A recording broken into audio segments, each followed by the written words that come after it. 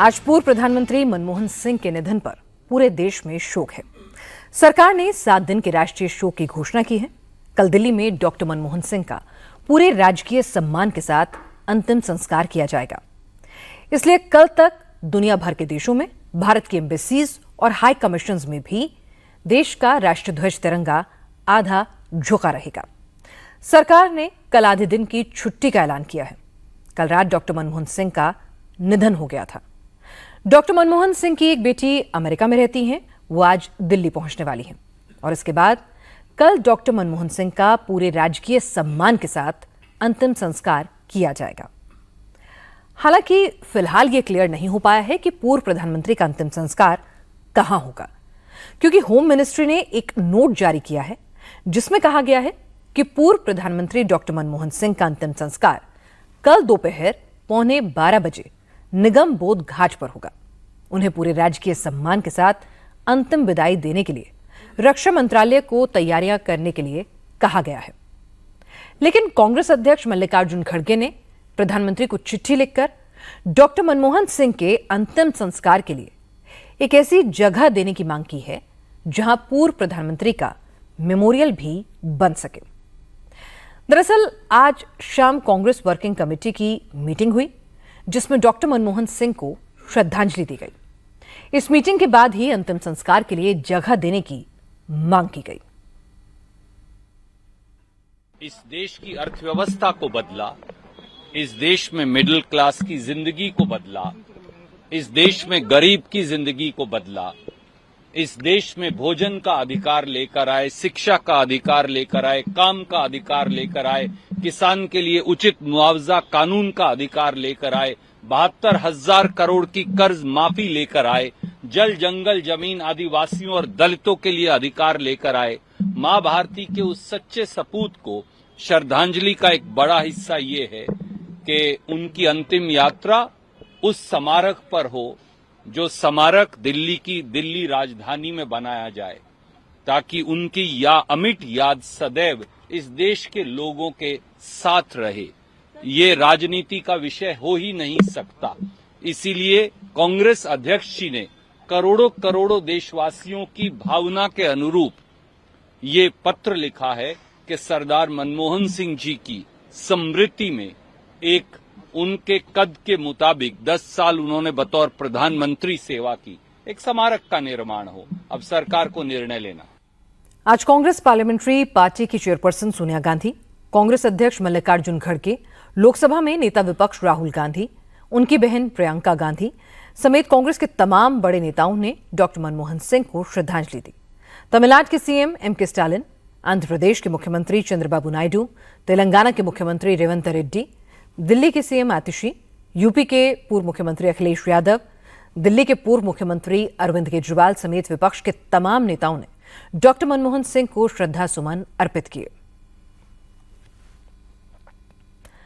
Doctor Manmohan Singh का जन्म पंजाब के चकवाल जिले के गाह गांव में हुआ था, जो अब पाकिस्तानी पंजाब में पड़ता है। 15 साल की उम्र में मनमोहन सिंह और उनके परिवार को अपना घर बार सब कुछ छोड़कर भारत आना पड़ा था। पंजाब यूनिवर्सिटी से इकोनॉमिक्स की पढ़ाई करने के बाद डॉक्टर मनमोहन सिंह ने आगे की पढ़ाई कैम्ब्रिज यूनिवर्सिटी से की। मनमोहन सिंह स्कॉलरशिप लेकर कैम्ब्रिज में पढ़ने गए, लेकिन इंग्लैंड में कई बार उनके पास पेट भर खाने के पैसे भी नहीं होते थे, तो मनमोहन सिंह को 6 पेंस की चॉकलेट बार खाकर पेट भरना पड़ता था। कैम्ब्रिज में अपनी पढ़ाई पूरी करने के बाद वो यूनाइटेड नेशंस में आर्थिक मामलों के अधिकारी बन गए। फिर 1967 में दिल्ली यूनिवर्सिटी में इकोनॉमिक्स के प्रोफेसर हो गए। 1971 में मनमोहन सिंह कॉमर्स और इंडस्ट्री मिनिस्ट्री में एडवाइजर बने। ये सरकारी सिस्टम में एक तरह से उनकी पहली एंट्री थी।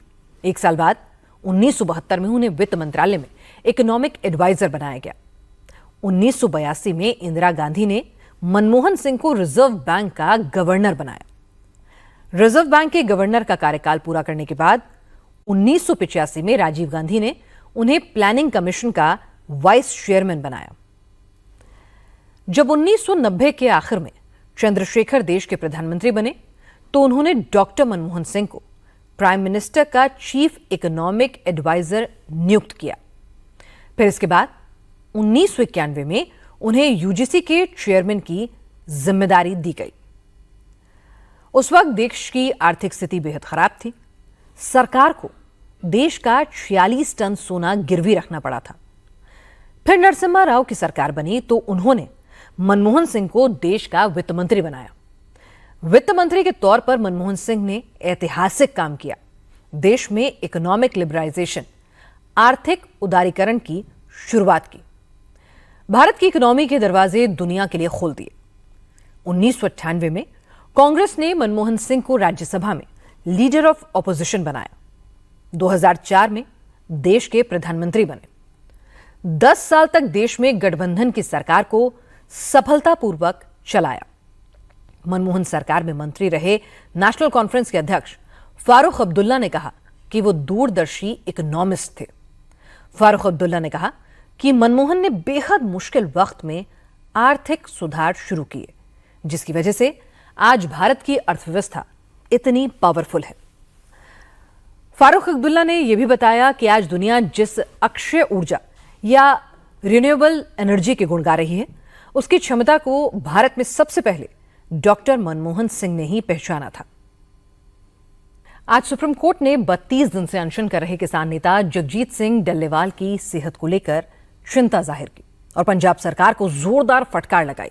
कोर्ट ने कहा कि एक इंसान की जिंदगी दांव पर है। कोर्ट ने बार बार पंजाब सरकार को निर्देश दिया है कि डल्लेवाला को हॉस्पिटल में एडमिट करवाएं, लेकिन सरकार कोर्ट की बात को गंभीरता से नहीं ले रही।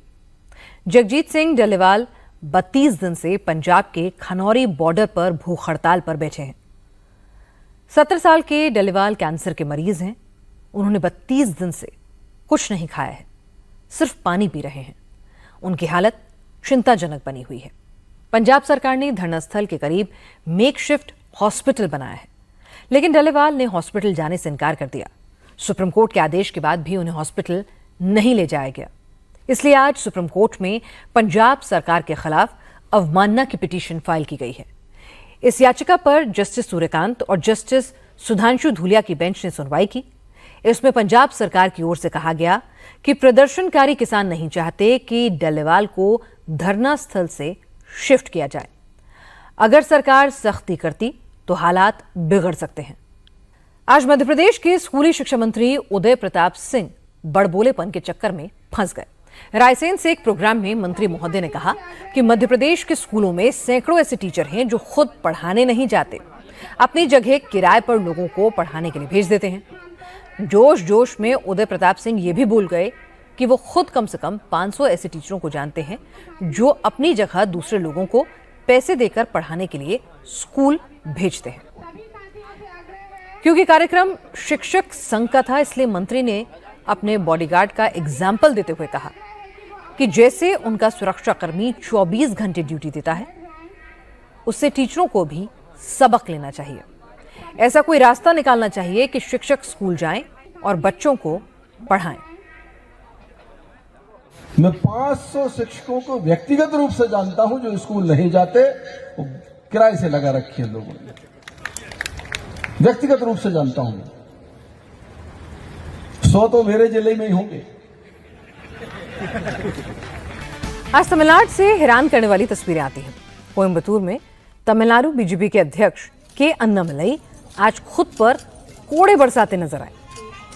अन्नामलई आज अपने पार्टी वर्कर्स के साथ अपने घर से एक कोड़ा लेकर निकले और फिर कैमरे के सामने खुद को कोड़े से मारने लगे।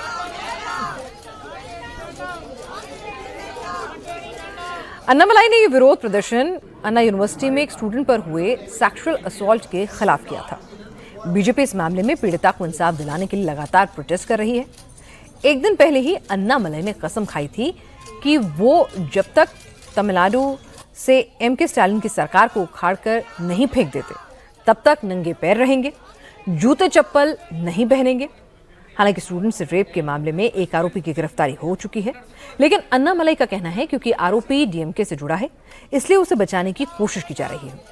अन्नामलई ने आज से 48 दिनों का व्रत भी रखा है। उनका कहना है कि डीएमके की सरकार में महिलाओं और आम लोगों के साथ जो नाइंसाफी हो रही है, उनका ये व्रत और प्रतिज्ञा उसी के प्रायश्चित के लिए है। आज उत्तर भारत में मौसम का मिजाज अचानक बदल गया। पंजाब, हरियाणा, उत्तर प्रदेश और दिल्ली में बारिश हुई। कुछ जगहों पर ओले भी गिरे। जम्मू कश्मीर में कई जगह मौसम की पहली बर्फबारी भी हुई, जिसकी वजह से श्रीनगर, गांदरबल, अनंतनाग, कुलगांव, शोपियां, पुलवामा, बारामूला, भद्रवाह और डोडा जैसे इलाकों में बर्फ की मोटी चादर नजर आ रही है। टूरिस्ट भी बर्फबारी का मजा ले रहे हैं, लेकिन स्नोफॉल की वजह से स्थानीय लोगों की दिक्कतें बढ़ गई हैं। श्रीनगर में बर्फबारी के कारण जगह जगह ट्रैफिक जाम हो गया। भारी बर्फबारी की वजह से श्रीनगर से लेह को जाने वाला सड़क मार्ग बंद करना पड़ा। मौसम विभाग का कहना है कि अगले 24 घंटे में बर्फबारी से राहत की उम्मीद नहीं है।